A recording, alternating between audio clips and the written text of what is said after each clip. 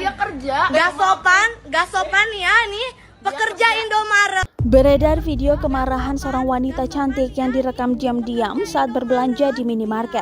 Salah satunya diunggah akun Instagram @wowunix Selasa 25 Januari 2022.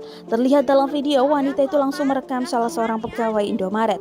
Bukan tanpa alasan, wanita itu kesal karena direkam diam-diam dari belakang. Saat dimarahi, si pegawai tersebut berusaha menutupi wajahnya dan meminta maaf.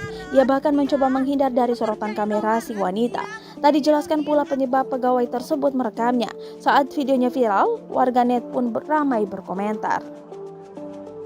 Nih ya, Kasihan dia kerja, dia gak kerja. sopan, Iya, gak sopan, Tuh dia kerja. gak sopan ya nih pekerja Indomaret dia ngevideoin aku. Nih ya, Kasihan dia kerja, dia gak kerja. sopan, Iya. gak Tuh dia kerja. gak sopan ya nih pekerja Indomaret dia.